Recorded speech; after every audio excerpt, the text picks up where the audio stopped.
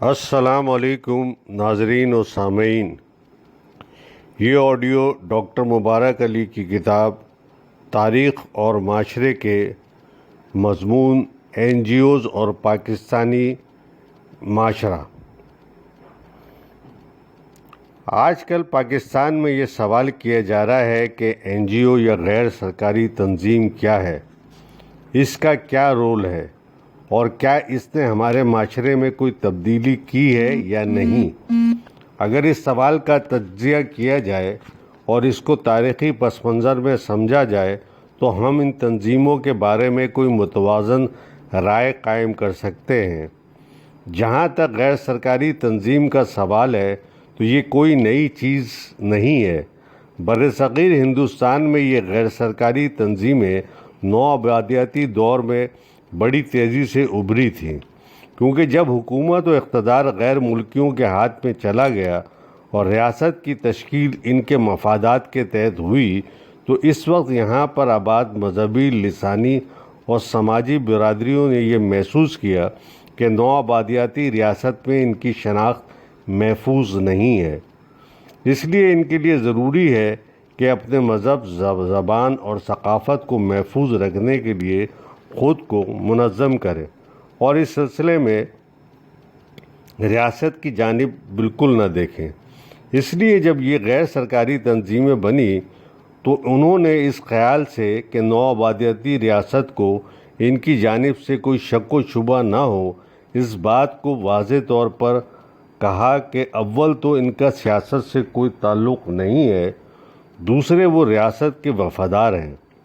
لیکن پھر بھی نوآبادیاتی ریاست رعایا میں ہر تنظیم اور جماعت کو شک و شبہ سے دیکھتی تھی، اس لیے اس نے ان تنظیموں پر اپنا کنٹرول رکھنے اور ان کی کارروائیوں پر نظر رکھنے کے لیے کچھ قوانین بنائے۔ مثلاً ان کے لیے ضروری تھا کہ وہ کوآپریٹو سوسائٹی کے تحت خود کو رجسٹر کرائیں، ان کا اپنا کوئی دستور یا لائحہ عمل ہو اور انہیں جو بھی چندہ یا عطیات ملے ان کا باقاعدہ سے حساب کتاب ہو۔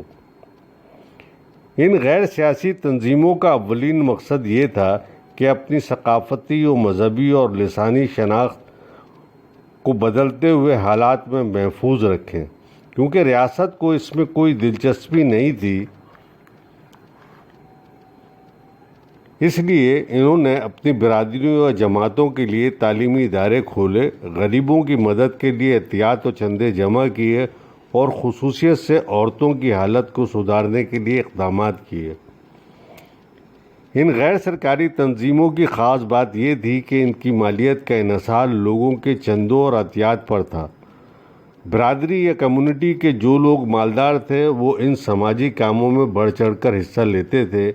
ان کے علاوہ عام لوگ بھی اپنی بساط کے مطابق انہیں چندہ دیا کرتے تھے۔ اس کی وجہ سے ان تنظیموں اور لوگوں میں باہمی ربط اور تعاون تھا۔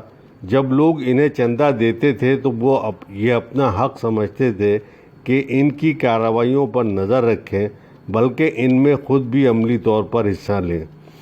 اس نے ایک طرح سے معاشرے میں جمہوری رویوں کو پیدا کیا، خود احتساب کے عمل کو آگے بڑھایا۔ ہر تنظیم کے لیے یہ بھی ضروری تھا کہ اپنے دستور کے ذریعے وقتاً فوقتاً انتخابات کرائے، اگرچہ بنیادی اراکین اس بات کی کوشش کرتے تھے کہ ان کی اجارہ داری قائم رہے۔ آج بھی کچھ اسی طرح ہے، لیکن پھر بھی انتخاب کے طریقے نے تنظیم کو ایک جمہوری شکل ضرور دے دی تھی۔ نوآبادیاتی دور کی ایک خاص بات یہ تھی کہ مختلف برادریوں اور جماعتوں نے اپنی اپنی تنظیمیں بنائی تھیں، اس لیے ان میں مقابلے کی ایک فضا تھی، جس کی وجہ سے سماجی کارکنوں کی ایسی تعداد پیدا ہوئی کہ جنہوں نے اپنی زندگیاں لوگوں کی فلاح و بہبود کے لیے وقف کر دیں۔ چنانچہ اس دور کے بنے ہوئے اداروں کے آثار آج بھی ہندوستان اور پاکستان میں تعلیمی اداروں، اسپتالوں، یتیم خانوں، کتب خانوں اور باغات کی شکل میں دیکھے جا سکتے ہیں۔ اگر دیکھا جائے تو ان تنظیموں نے جس سماجی شعور کو جنم دیا، اس نے آگے چل کر سیاسی شعور کو پیدا کیا، جو سیاسی تحریکوں کی شکل میں ابھرا اور جنہوں نے نوآبادیات کے خلاف جدوجہد کی۔ نوآبادیاتی دور کے خاتمے اور ملک کے آزاد ہونے کے بعد ان غیر سیاسی تنظیموں کی اہمیت کم ہو گئی، کیونکہ اب قومی ریاست تھی، اس لیے خیال یہ تھا کہ ریاست معاشرے کی ثقافتی اور سماجی اور لسانی ترقی میں حصہ لے گی۔ اب یہ ذمہ داری تنظیموں کی نہیں بلکہ ریاست کی ہے، اس لیے ان تنظیموں کا دائرہ کار محدود ہو گیا، یہاں تک کہ ان میں اکثر برائے نام رہ گئیں۔